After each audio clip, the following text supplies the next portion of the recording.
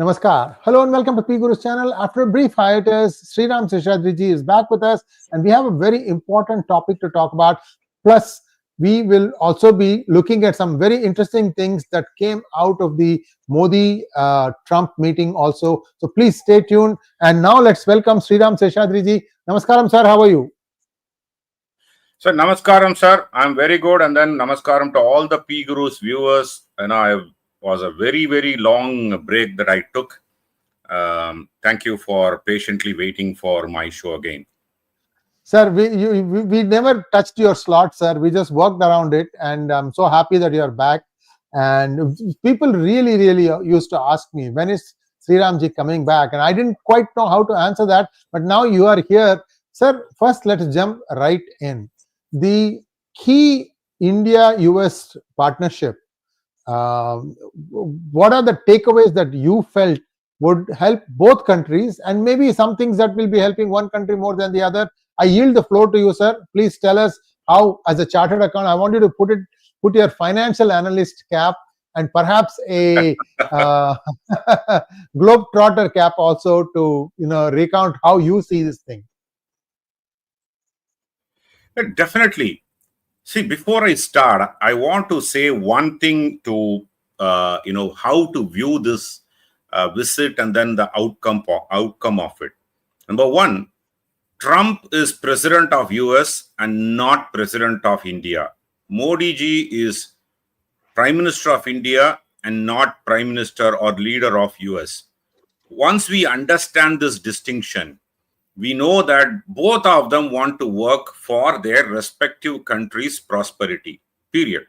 So, there are a lot of people in India who keep talking about, some question was asked and then, he was not able to respond. Or, for example, a reporter asked, how does Modi view the, Biden, incompetent Biden administration, relationship between India and US compared to incompetent Biden administration and Trump administration?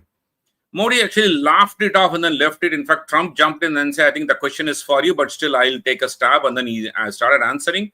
I feel it was a prompted question. Modi rightfully did not respond to it and then laughed it off, because he is not Rahul Gandhi who can go and blabber something in a foreign land. He has to be highly responsible. His personal friendship may be good with Trump, but it's an India-US relationship. He is representing India, and hence India-US relationship. He cannot be taking a side and then say incompetent Biden administration. He can neither say, no, it was a competent administration, nor can he say, yeah, it was incompetent and hence the relationship soared. So he cannot be saying those things. So he rightfully did not respond to that question. But in India, what happens? People are just taking a dig at it. So let's understand that fundamental difference. Modi is a prime minister of India. Trump is a president of US. So naturally, the negotiations, what happens, it has to be a favor to one country, or maybe it is favor to both the countries. It is a give and take in a bilateral relationship. So my key takeaways, Sree Iyer was multiple things. Number one, energy security. See, what Trump was looking for was a trade, the balance of trade, settlement of the balance of trade, because balance of trade is skewed against US, because, our balance of trade between US and India was importing less than what they were exporting. So naturally, there is a huge difference between the balance of trade. Any country would want to bridge that gap. And hence, for Trump, it is a trade that was more important. For India, security is a more important aspect. So in this entire discussion, Trump gave away 2-3 pointers. Number one, I leave Bangladesh to the prime minister. He didn't even comment on saying that I will help Modi, I will interfere. He said, I leave Bangladesh to Prime Minister Modi, and then he will take care of it. He is confident. He said that he has done something that came out very loud and clear. Sriramji. Second, very important of it. Sriramji, I'm getting breaks. Would you mind logging out and logging back in? Hello? Viewers, we are having some technical difficulty. The Yeah, quality has fallen. I'll do that. Sir, can you log off and log back in? So he'll be logging back in just one moment. So if you have not liked our video, please like this video, and he'll be back again. Sometimes these things happen. I thought the quality of transmission would improve because we had this problem just before we started, but unfortunately it has not. So he's going to rejoin in a minute. And if the quality with video is not still good, we might try to just do it without video. Let's wait and see. He's coming back in. Is this good now? Yeah, it's much better, sir. Go ahead, sir. Thank you. I just, in the meantime, tried to get my wired connection and then connected. So it is wired connection is better than the Wi-Fi, even though I was getting a much better bandwidth. Nevertheless, so what I was trying to say is the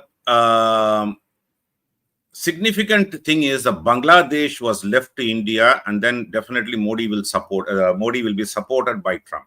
Pakistan, nowhere it figured. In fact, Trump dumped Pakistan to the extent, because all along the US relationship with Pakistan has been through the grants that they were giving, and more importantly, you know, the F series fighter jet sale to Pakistan, which prevented that sale to India. Even though during Rafale deal, there was an attempt made by America to sell the F-16 or F-35 series, but we didn't buy from them because there were some other issues that were happening in America for selling that F series to India.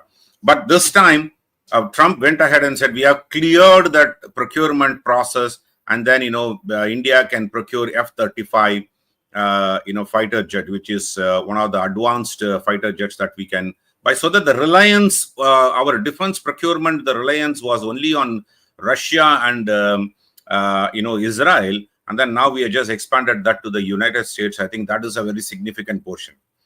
And security-wise, I look at it that a person who was responsible for Mumbai attack, the extradition was approved by the administration. Khalistani terrorists or Khalistani organization that have been supported by the deep state, and then there is an agreement that by Trump administration will work towards curtailing them, curbing them, which means Pannoon, I think his security was withdrawn, and Pannoon could even be extradited or even arrested within US or whatever. So I think to the extent the Khalistani network is cracked. So what Modi wanted was a security, both in the sake of physical security and then, of course, energy security. They actually agreed that US would sell and India would buy natural gas and oil from US, even to the extent that Trump went on to say, we just hope and wish that we will be the largest supplier to India, which means it is predominantly satisfying both the sides. Yeah, at this point in time, India is buying a cheap or rather cost-effective fuel from Russia, because Russia is in a situation that they need to sell their energy fuel, and then India was willing to buy it, and then foregoing all the sanctions, India was willing to buy it. Same with Iran. We are buying at a very cost-effective or cheap crude from Iran. Can US match that rate? Probably that is where the negotiation would come in. And Trump went on to acknowledge he is not given to say these things in public, even if it is a satirical or sarcastic response. He never ever would, give up his ego. He said, Modi is a much better negotiator, tough negotiator, and much better negotiator than me. And there is not even a contest. I think that's a very significant statement.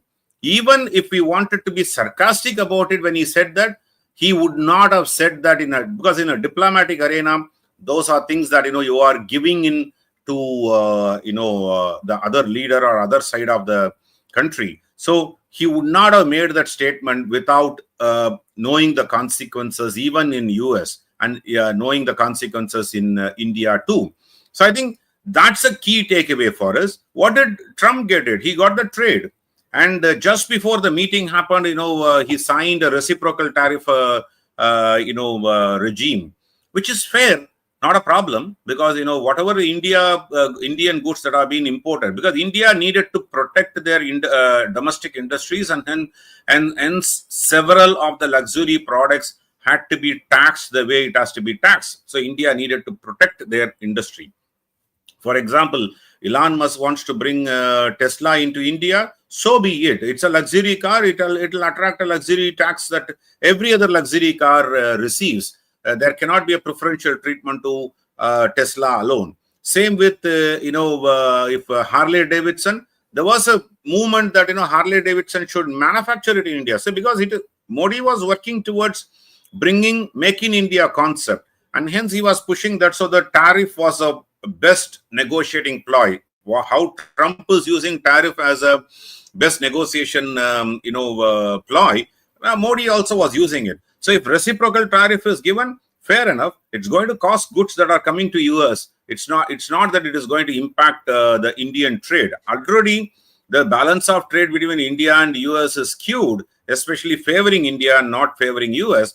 So increasing the tariff is going to widen that gap further, because people may not be willing to buy some of the goods that are coming from India because of the tariff that is, if it is increased by 4 or 5% additional tariff, then it is going to become dearer and costlier to import goods from India. So all these put together, it is a conscious decision that the Trump administration has to take. But what finally got was, by 2030, they want to have a $500 billion trade, arrangements. I think that is very, very significant. India is a large market, and US has significant amount of technology in others. I think that is where, Sree Iyer, I look at it, leaving the petty politics of compulsive petty politics of local politicians. I want to see it as a broader, and then Shashi Tharoor put this in a very, very nutshell way.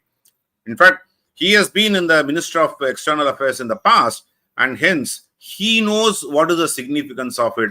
And then I'm going to leave what Rahul Gandhi says, what the D stock says to themselves. Thank you so much, sir. One question or one information that I wanted to share with our viewers. Today, the trade between US and India is about $120 billion. So it's fourfold increase in 5 years. It is definitely possible, because the mega ones are like, for example, if India starts buying significant amount of crude oil from United States, this will just go through that in no time at all. Sriramji, we have another important topic that we have to talk about, which is the income tax 12 lakh exemption. And before we go there, I just wanted to ask you one question, sir. Trump just minutes ago, this just came down minutes ago, what the Department of Education, this is the new Trump administration, they have given 2 weeks to all schools to completely shutter their DEI operations. 2 weeks. If you don't do that, then they will cut off federal spending.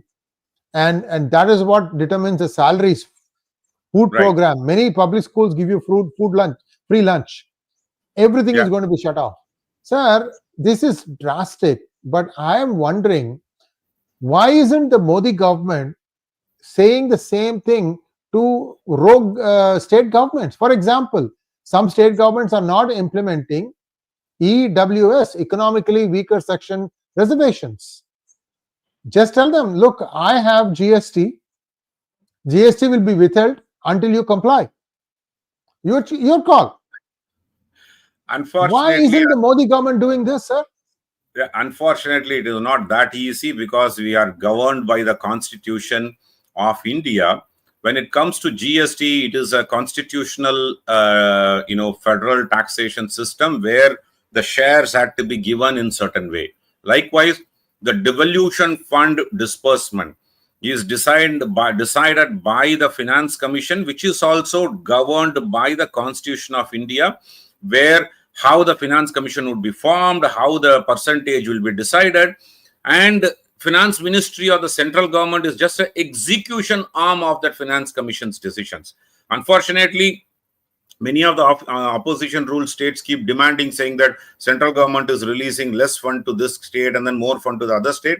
It's again the finance commission's decision, where each state has to go and pitch for in the finance commission, saying that why they need certain percentage of revenue share from the devolution. So that is one thing. The third is, once again, EWS, when it comes to the reservation itself, is twofold: center and state. So wherever there is a central government jobs in Tamil Nadu cannot deny EWS, because, and that is where what happened, they were refusing to give the EWS, or the economically weaker section certificate, the income certificate, which is mandatory from the Tahsildar. They were refusing to give, and then Madras High Court directed the state government, saying that you can't withhold that certificate.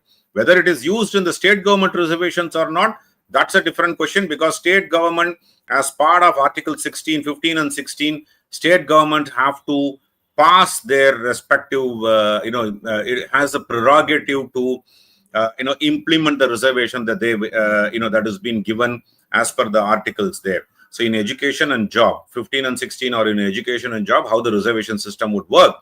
And state government, I think the subsection or article subsection within that 4 or 5, which gives the right to state government to choose to implement it or not. So unfortunately, our constitution is structured in such a way, Sree Iyer ji, central government cannot interfere in the state government function, even though it is ethically wrong, morally wrong, and it should have been done because it was unanimously approved constitutional amendment.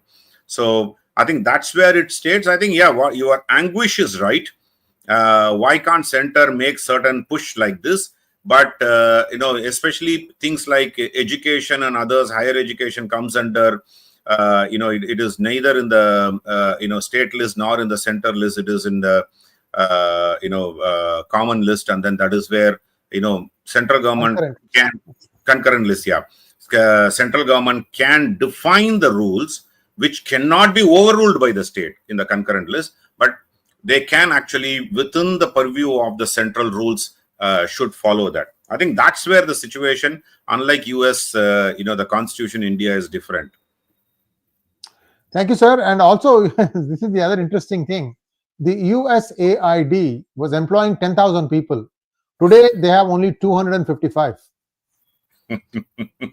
Sir, there are, out of the 10,000 people, I don't know how many from India are employed, because, you could see after the Delhi election debacle, there were so many people became unemployed, including Kejriwal. Not only because of he lost the election, but also the USAID grants that he was receiving, or his, I would use slaves of USAID, became jobless. Because they are not going to get their money that they were getting all along. They were leading a luxury life, getting few $100,000 per year, just to create a ruckus. Everything stopped. I think, that's where, I feel that, the internal reforms that Trump administration is doing, and then the Dodge is doing, it is actually impacting the global stability, in my opinion. In fact, the next topic is related to this. The 12 lakhs also, I want to link it to the global stability. Yeah, sir, let's go to the next topic. There's a very intriguing question that you have posed. That is, given the impact it has had on the people thus far and expected in the elections to come, why did not the center announce this 12 lakh exemption before the elections in 2024? Sir. See, Modi has been concentrating or attempting to give something to the middle class. One should understand, see, because when they announced this up to 12 lakhs, if you earn anything up to 12 lakhs, I'm not going to take a standard deduction of 75,000, etc. Let's talk about up to 12 lakhs. If anybody's income, individual's income, there's no tax. You pay zero tax. That doesn't mean it is not taxed. Up to 4 lakhs, 0%. 4 to 8 lakhs, 5%. 8 to 10 lakhs, 8 to 12 lakhs, 10%. So which means if someone is getting as income exactly 12 lakhs, then 60,000 rupees is a tax that one need to pay. But what happens is you get a rebate of that same 60,000 and then file a return, take it back. Remember, you have to file a return to claim that rebate. It's not just directly given that I have a 12 lakh income and then I don't have to pay it. Yes, you don't have to, because many of the places TDS will not be deducted. Many other places, you can show an expense and then, bring it down and then you don't have to pay advance tax. All that agreed. But if a TDS is deducted, even if the TDS is not deducted, you need to file a return to declare what is your income and then claim a rebate saying that, the tax liability is 60,000, rebate under section 87 is 60,000, tax due to be paid is 0. Right? So it gives a lot of cash in hand, about up to 60,000 rupees cash in hand. And then compliance is very easy. Compliance is very easy. Modi could have done this just before Lok Sabha election, could have even reached that 𝗟𝗡𝗏𝗍𝗏, may not be, if not 𝗟𝗡𝗏𝗏, at least 300, 320, he could have done that. What prevented Modi government from doing that is a very, very significant reason. Number one, global economic stability was bleak. Ukraine, there were two major wars being fought. Israel in the Middle East with Iran and Hamas and other neighboring countries, and Ukraine-Russia war going on for more than 2 years or so. So every government, in fact, if you look at the GDP of India dropped, if one observes, GDP growth dropped because the public spending was not there. In the December, quarter, when it was declared, the GDP growth was dipping because the public spending was not there. For a simple reason, government has to spend the money on important aspects. For example, energy security. Russia was giving energy to India, no doubt about it, at a very cheap cost. But what happens one fine day, Russia couldn't give it, or the global situation happens, we need to go and buy it only from the Middle East, and then the energy cost will soar up, and India needed money to support that. So for all these put together, and also if that point in time India had given money in the hands of public, the inflation rate would have hit much harder. That is why they withheld. So one should understand, electoral victory did not drive the policy. I think that is why we should appreciate Modi government. This revelation of that, another 1 year down the line, giving a 12 lakh, at least they could have given, instead of it was up to 7 lakhs, the rebate was there. They could have increased it to 10 lakhs or 9 lakhs, something like that, incremental. Still, they didn't do it because they didn't want to, that as an electoral victory was not the only reason to give the fiscal policy, to define a fiscal policy. Global stability was important. So why now? Is the Ukraine war stopped or Hamas war stopped? No. Actually, I will link it back to Trump's victory to giving this Sree Iyer. In fact, I wrote about it in Twitter when the budget was released and nobody talked about it. Why now and then why not before the Lok Sabha elections? Simple reason is because Trump came in, definitely there is a light at the end of the tunnel that Ukraine-Russia war would come to an end. There is already a peace talk happening and then it would come to an end. Likewise, the Israel-Hamas conflict. I think, we have a deadline today. If Hamas does not release all the hostages, Trump promised that all hell will break loose. Whatever it is, at least the Middle East peace program will come to some shape. Maybe Hamas or terrorist organization would still attempt to create some trouble, but at least between sovereign states, the Middle East peace process would take some shape in the next few months. So there is a light at the end of the tunnel for stability. Cutting US aid, because he announced even before he came, cutting US aid to foreign nations. What was USAID doing, Sree Iyerji? Destabilizing the regimes.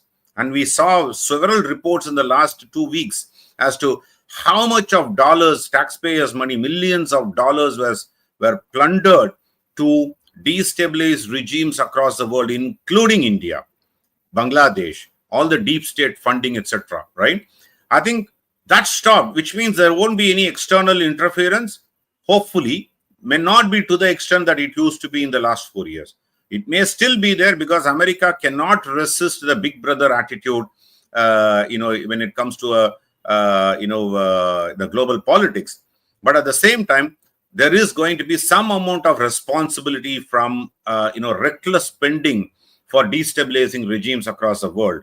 I think to that extent, there is a significant scenario evolving stability of global economy.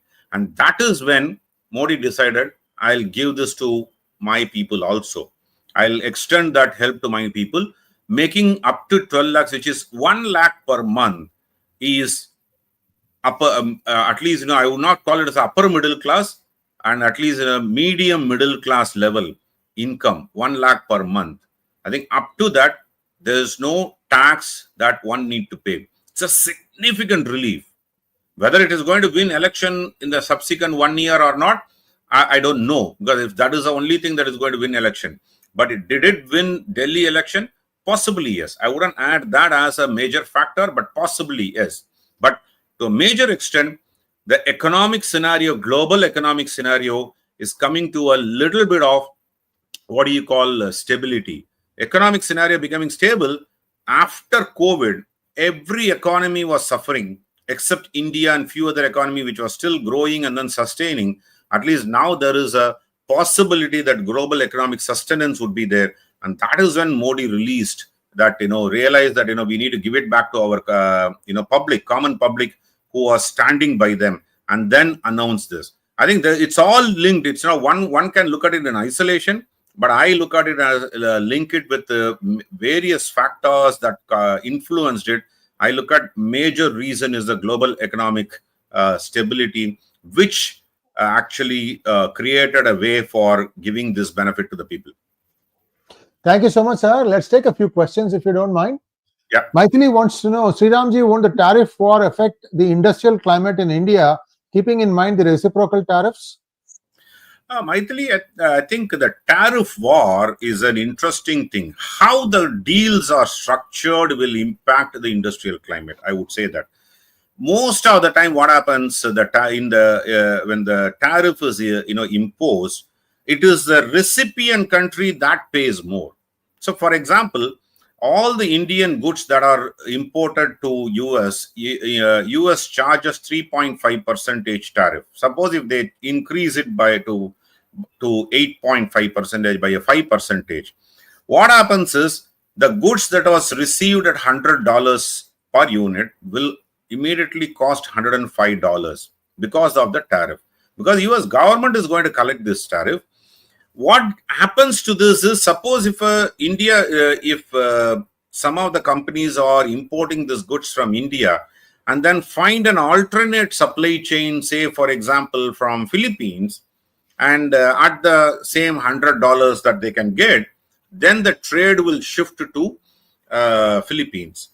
What happens? Probably yes, there is an industrial climate will change, but is there an alternate readily available, the same quantity, same quality, and uninterrupted supply? Is there something available? For majority of the products may not be. For example, iron and steel. Iron and steel, yes, it is available from China. So China already, the tariff is high, and then they, that's why they don't import more from China, and then they are importing from India. Is there an alternate supplier for iron and steel that can do? Aluminium. Is there an alternate supplier? I'm not talking about toys or something which you can just like that switch over. But there are items that cannot be switched over. It will even take about 2 to 3 years to find or create an alternate supply chain. And the force majeure clause to break this existing contract. So all these put together, it is going to be, it's a tight rope walk. Okay, fine. What happens if US increases to 8.5%? What does India import from US? Defense equipments, high-tech equipments. I'm willing to spend more. So I'll increase it by another 5% from 8.5% to say 13.5%. Will Trump meet that and then say reciprocal tariff arrangement? Let me also charge my consumables. Because what US is importing from majority of the market from especially China and India, or consumables or raw materials, right? These are the two things that they are importing. And so the moment you increase the cost of it by the tariff, somewhere it is going to hit the inflation, and Trump is too aware of it.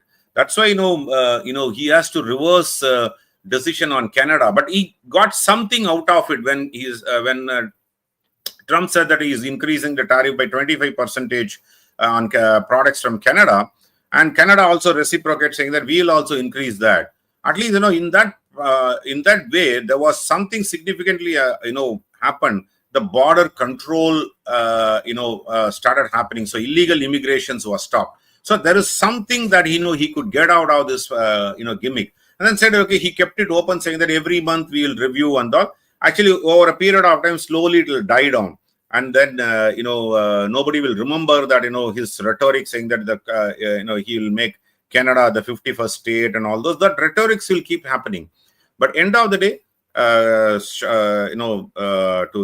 in one line, tariff war, if it is going to continue with all the global economies, then naturally it is going to be the impact is going to be to the US commoner, where the inflation needs to be controlled. I think Trump is too aware of it.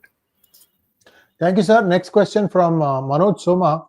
The biggest thing BJP done in Rajasthan is to resolve long pending 30-year water dispute after coming into power.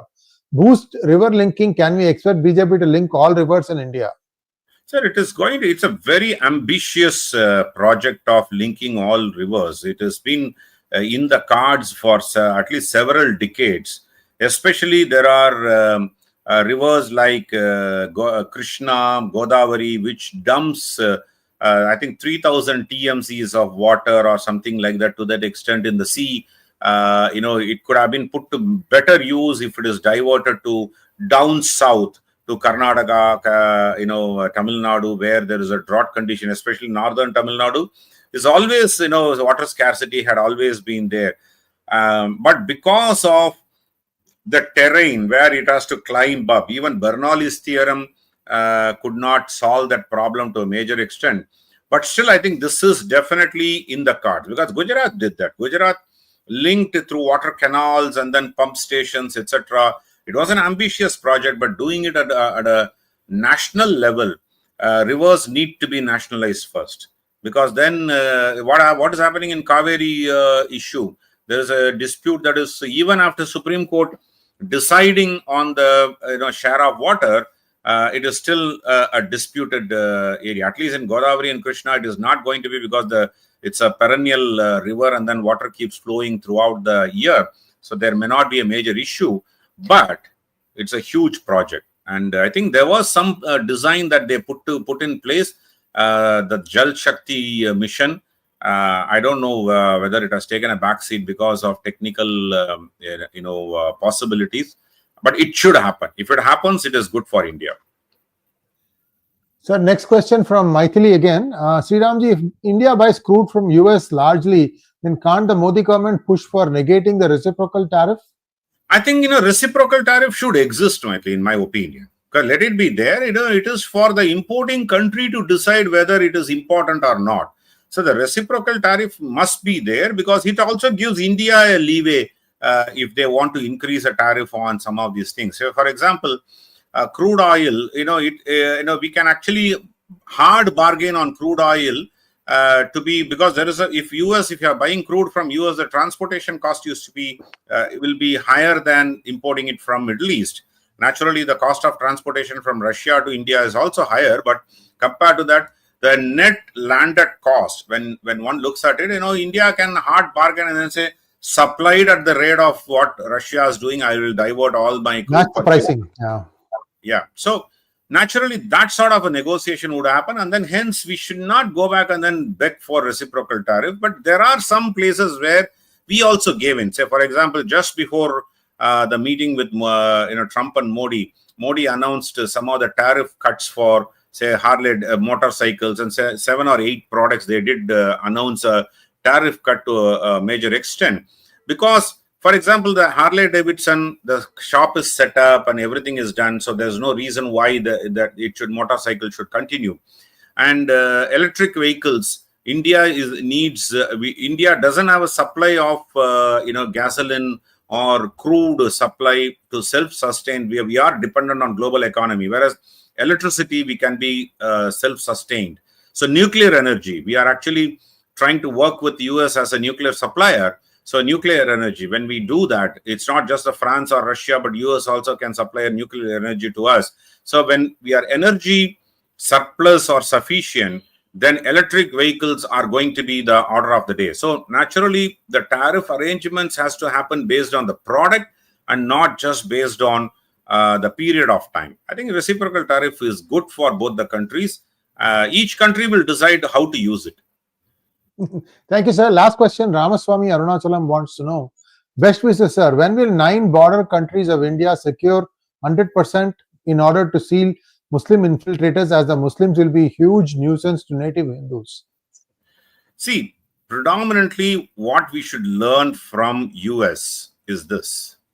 When not that before Trump, the extraditions or deportations were not happening, it was happening, but the pomp and show that was made of deporting illegal immigrants by the Trump administration, we should do that with Rohingyas, Bangladeshis and others, and even Sri Lankan Tamils. They are all refugees. They are still in the refugee status. Sri Lankan Tamil, the cause is gone. The problem is gone. So India should help them to relocate and then build their life rather than keeping them in asylums or refugee camps and etc. still, and then not recognizing them. They are not recognized as citizens of India for sure. They should not be. At the same time, where are they going? I wouldn't say it's a deportation, it is a relocation, because at that point there was a huge conflict happening when they came in. So we need to help them to rebuild their life in Sri Lanka. Whereas Bangladeshis and Rohingyas, it is an infiltration. They should be sent out for sure. And then, they should be put in, similarly, this sort of refugee camps and then, deported to the respective countries without mercy. I think, they are taking away, because Bangladeshi infiltrators get their Aadhaar card. And with the Aadhaar card, they will even get an Indian passport. Of course, in Tamil Nadu, the pathetic situation, Sree Iyer, I don't know whether 10 days back the news came. Court gave a bail for 150 illegal immigrants. It's unheard of in legal systems anywhere in the country. They were arrested, illegal immigrants. So court gave to give a bail, at least 2 citizens has to give a bail bond, right? So who are those 2 citizens? So having given that bail for 150 illegal immigrants, 75 of them are absconding. We don't know where they are gone. They're probably gone to another place and then mixed up with them. It is easy unlike in America, where, if an Indian illegal immigrant is identifiable very easily, for a Bangladeshi in India is not easy to identify, because they also speak Bangla, where there is, Bengal language. And then they'll just call, I'm a Bengal Muslim. There's no way that one can prove that they are not, right? That's why this NRC is very important. CA is very important. Forget about CA. NRC is very important. National Registry. India is the only country that does not have a national identity yet. Aadhaar was supposed to be a national identity. Then it became a sort of, for benefits. But India is the only country in this world probably doesn't have a national identity. I think we should get some time to that place. Thank you so much, Sriramji. And viewers, we'll be back in about 20 minutes on Tamil. We're going to be talking some topics related to Tamil Nadu. Do join us for that if you understand Tamil. And viewers, if you are you don't understand Tamil, you can come back for Sridhar Chitya and I talking about MAGA and MEGA for a mega outcome. So very catchy title. So do join us at 11 o'clock IST for that. Thank you, sir. Namaskar.